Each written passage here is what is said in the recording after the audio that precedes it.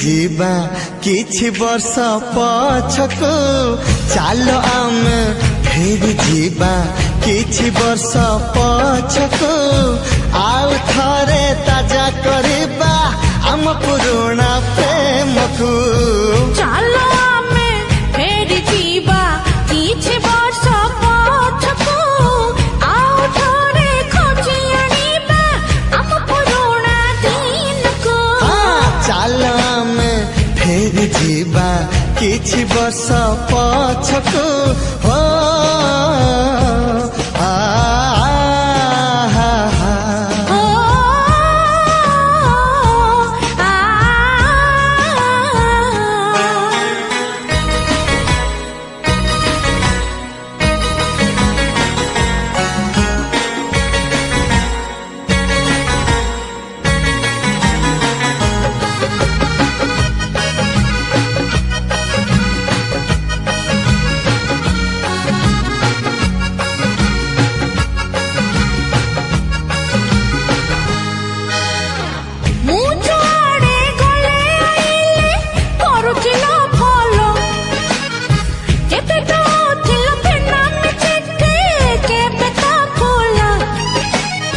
निज कथा कहबाको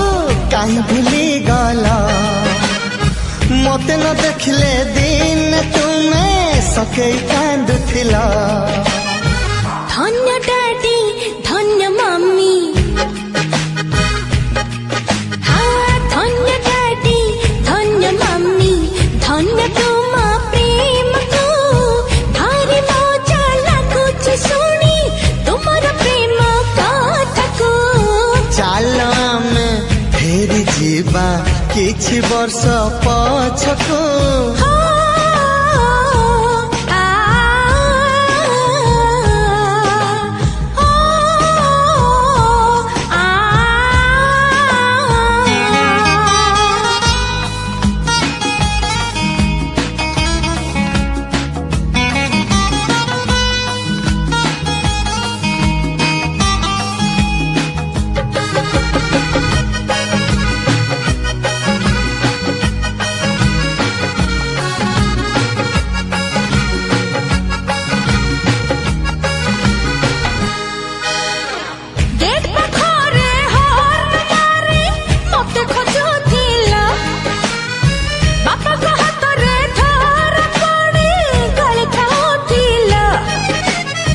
मंदिर जीवा बहाना करी तमे आसुथिला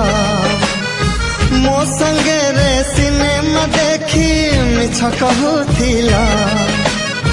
बाहर मजनू बाहर लैला बाहर मजनू बाहर लैला सलाम तुम प्रेम को